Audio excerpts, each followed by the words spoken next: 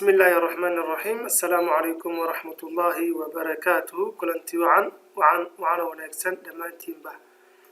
انت كحران كورسا جافا بروجرامينج لانجويج وعلى مسوجيدي انيغو عبد الله حسيدي هاتنا waxaan si toos ah u gudi kala doonaa casharkii maalmaha baynoo soo socday waa conditional statements on ilaa iyo 5 qaybood u soo qaybinay qaybta koowaad oo ahayd if iyo tusaalaheedu waan soo aragnay qaybta labaad if else waan soo aragnay insha Allah taala maanta waxaan qaadan doonaa if else if labada waxaanu program ahaan u qaadan doonaa largest of 3 number at least ilaa iyo 3 in dash graded oo ah a iyo b iyo waliba c kadibna waxa u baahan tahay inaad create gareysid maxaa objectigi sida objectigi loo create gareynayna horaan soo aragnay oo waxa la sameyn jiray object name waa scanner then waxa la jiray variable name any name u qaado maanta waxaan u qaadan doonaa I then waxaan dhahaynaa waxa la mid tahay waxaan create gareynaa hadda objectigini equal object name waa scanner then open bracket system.in kadibna equal halkan waa create gareynay kadib marka objectigi create gareynay then waxaan weydiinaynaa userka in ilaa iyo 3 number uu geliyo si userka loo weydiiyana number 1 waxa u baahnaan jirnay inaan la imaano system.print and enter a value kadibna aan halkan scankii aan ku sameyno sida scanka loo sameynayna wuxuu ahaa variable a then wuxuu la mid yahay I oo ah maanta objectigeeni isticmaali doono then next in halkan waxaan ku weydiin doonaa inuu geliyo number a marka inta ay weydiin kadib aan iraano enter a then b then c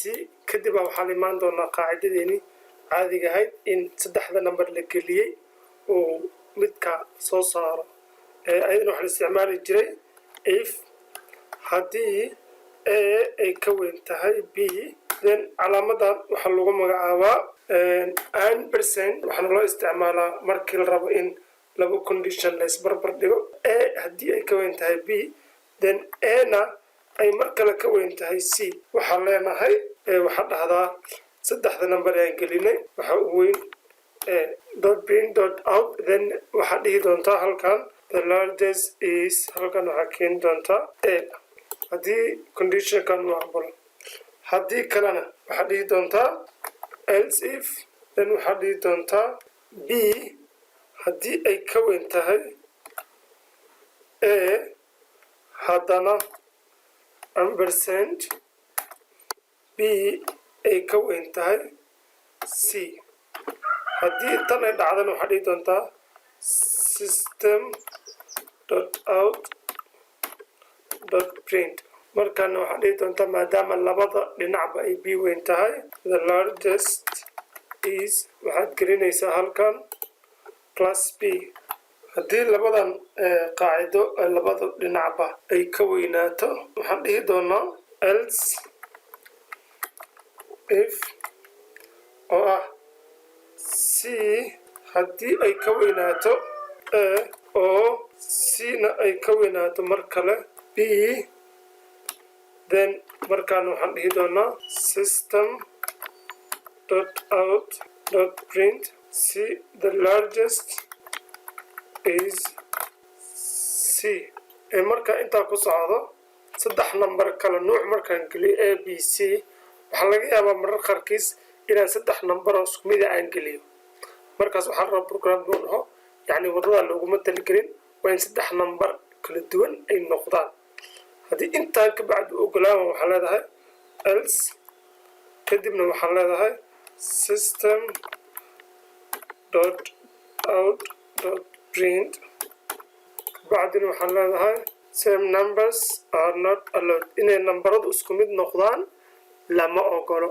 maadaama programka u dhamaaday let's run the program run value a waxaan geliyaa number 4 then enter then value b geli waxaan geliyaa tusaale ahaan 6 wuxuu leeyahay value c geli waxaan gelinayaa 1 waa waalaya then wuxuu leeyahay the largest number is 6 oo ah value b saddexda number aan geliye mar kale haddii aan qaybta dambe isku dayno aan radhano haddaan geliyo value a number 2